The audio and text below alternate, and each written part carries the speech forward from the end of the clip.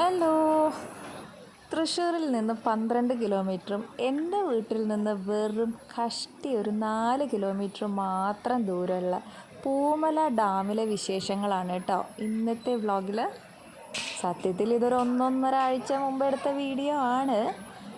അതായത് ഇത്രയും വലിയ മഴ ഇല്ലാത്ത സമയത്ത്, എന്നാൽ ചെറിയ മഴയൊക്കെ ഉള്ള സമയവും. അപ്പം ഞങ്ങൾ കുട്ടിപ്പട്ടാളങ്ങളൊക്കെ കൂട്ടിയിട്ട് വെറുതെ ഒരു ചെറിയൊരു ട്രിപ്പ് പോയതാണ് കേട്ടോ. അപ്പോൾ അവിടെ ചെന്നപ്പോൾ അത്യാവശ്യം വെള്ളമൊക്കെ ഉണ്ട്. ഷട്ടർ ചെറിയ രീതിയിൽ തുറന്നുണ്ട്, കുറച്ച് വെള്ളം മാത്രം ഒഴുക്കി വിടുന്നുണ്ട് കേട്ടോ.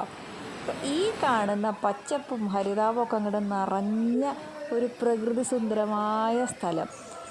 ഡാം എന്നൊക്കെ പറയുമ്പോൾ ഒരുപാടങ്ങ് വെള്ളം കുത്തി ഒഴുകും, നമുക്ക് ഇറങ്ങാൻ പറ്റില്ല, അങ്ങനെ ഇങ്ങനെയെന്നൊക്കെയുള്ള കർശന നടപടികളൊന്നും അധികം ഇല്ലാത്തൊരു സമയമാണ് ഇത്. കണ്ടില്ലേ, ഇവിടെ നല്ല രസമായിട്ടുള്ള പടിക്കെട്ടുകളൊക്കെ ഉണ്ട് കേട്ടോ. അപ്പോൾ ആ ഷട്ടർ കുറച്ച് തുറന്നിട്ടുള്ളതിന്ന് കുറേശ്ശെ വെള്ളം വന്ന് ഇങ്ങനെ ഈ ഒരു സ്റ്റെപ്പിലൂടെയാണ് വീണൊഴുകി പോകുന്നത്. അപ്പോൾ അതുകൊണ്ട് തന്നെ നമുക്ക് അധികം ഒരുപാടൊന്നും വെള്ളം ഇല്ലാത്തതുകൊണ്ട് സുഖമായിട്ട് അവിടെ ഇറങ്ങാനൊക്കെ പറ്റും കേട്ടോ. ഈ സ്റ്റെപ്പിലൊക്കെ ഇരുന്ന് കളിക്കാനും വെള്ളത്തിലൊക്കെ ഇരുന്ന് ആസ്വദിക്കാനും അടിച്ച് പൊളിക്കാനൊക്കെ പറ്റിയൊരു സമയമായിരുന്നു. സത്യത്തിൽ ഞങ്ങൾ പോയത് എന്താ വെച്ചാൽ, കണ്ണന് മീൻ പിടിക്കാനായിട്ടുള്ള ഒരു ഫിഷിംഗ് ട്രാപ്പ് ഉണ്ടാക്കി കൊടുത്തിട്ടുണ്ടായിരുന്നു. അപ്പോൾ മീൻ പിടിക്കണം എന്ന് പറഞ്ഞിട്ട് ഭയങ്കര വാശിയായിരുന്നു കേട്ടോ.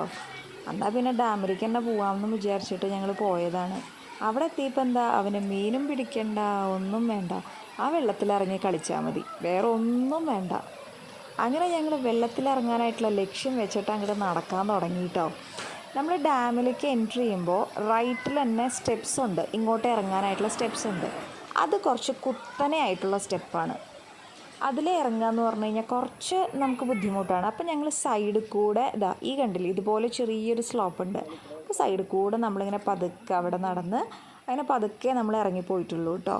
നേരെയുള്ള സ്റ്റെപ്പ് എന്ന് പറഞ്ഞു കഴിഞ്ഞാൽ കുട്ടീനെ എടുത്തിട്ടും പിന്നെ അമ്മയ്ക്ക് ചെറിയ കാലിൻ്റെ മുട്ട് ചെറിയ ബുദ്ധിമുട്ടുണ്ട്, കണ്ടില്ലേ. അപ്പോൾ ആ സ്റ്റെപ്സ് ത്രൂ നമ്മൾ ഇറങ്ങിയില്ല, നമ്മളിങ്ങനെ സൈഡിൽ കൂടെ നടന്ന് പതുക്കെ ഇറങ്ങുകയാണ് ചെയ്തത്. കണ്ണനാണെങ്കിൽ ഭയങ്കര എക്സൈറ്റഡ് ആയിരുന്നു, ഭയങ്കര ത്രിൽഡായിരുന്നു കേട്ടോ. ഏറ്റവും ആദ്യം നടക്കുന്ന ആൾ കാശിക്കുട്ടനാണ്. സംഭവം ഇത് വെള്ളത്തിൽ കളിക്കാനാണെന്നോ അങ്ങനെയുള്ള കാര്യങ്ങളൊന്നും കുട്ടിക്ക് അറിയൊന്നുമില്ല, പക്ഷെ അവൻ ഭയങ്കര ത്രിൽഡായിരുന്നു കേട്ടോ.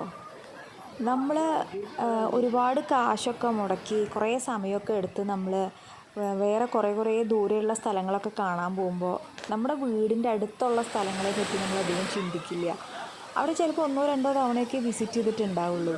പക്ഷേ ഓരോ ക്ലൈമറ്റിലും ഓരോ സ്ഥലത്തിലും പല രീതിയിലുള്ള അല്ലെങ്കിൽ ഡിഫറെൻ്റ് ആയിട്ടുള്ള ഭംഗിയാണ് ഉണ്ടാവുക. അപ്പം നമ്മൾ ഈ ഒരു മഴക്കാലത്ത് അങ്ങനെ ഈ ഡാമിലേക്ക് അധികം അങ്ങനെ പോയിട്ട് കണ്ടിട്ടുണ്ടായിരുന്നില്ല. സംഭവം ഇവിടെ നമ്മൾ ഒരുപാട് പോയിട്ടുള്ളതാണ്, ഇപ്പോൾ കുറച്ചായിട്ട് നമ്മൾ പോയിട്ടുണ്ടായിരുന്നില്ല. അപ്പോൾ ഈ ഒരു ക്ലൈമറ്റിൽ നമ്മളവിടെ എത്തി. ഇപ്പോൾ അവിടെ ഒരുപാട് റിനോവേഷനൊക്കെ നടന്നിട്ടുണ്ട്. പിന്നെ നല്ല രസം എന്ന് പറഞ്ഞു കഴിഞ്ഞാൽ അടിപൊളിയായിട്ടുള്ളൊരു സമയമായിരുന്നു കേട്ടോ. അതായത് ചെറിയ രീതിയിൽ വെള്ളം ഇങ്ങനെ വീഴുക, അപ്പോൾ നമുക്ക് ധൈര്യമായിട്ട് അവിടെ ഇറങ്ങാനായിട്ട് പറ്റും. അങ്ങനെ കണ്ണൻ്റെ അച്ഛനും കൂടെ അങ്ങനെ ഇറങ്ങി കേട്ടോ. അപ്പം ഞങ്ങൾ ഇറങ്ങിയില്ല. ഇവർ രണ്ടാളും പോണത് കാശി ആക്ച്വലി കണ്ടിട്ടുണ്ടായിരുന്നില്ല. ഇവർ ഇറങ്ങി അങ്ങോട്ട് നടന്ന് മുമ്പിലെത്തിയപ്പോഴാണ് കാശിക്കുട്ടൻ്റെ ശ്രദ്ധയിൽ പെട്ടത്.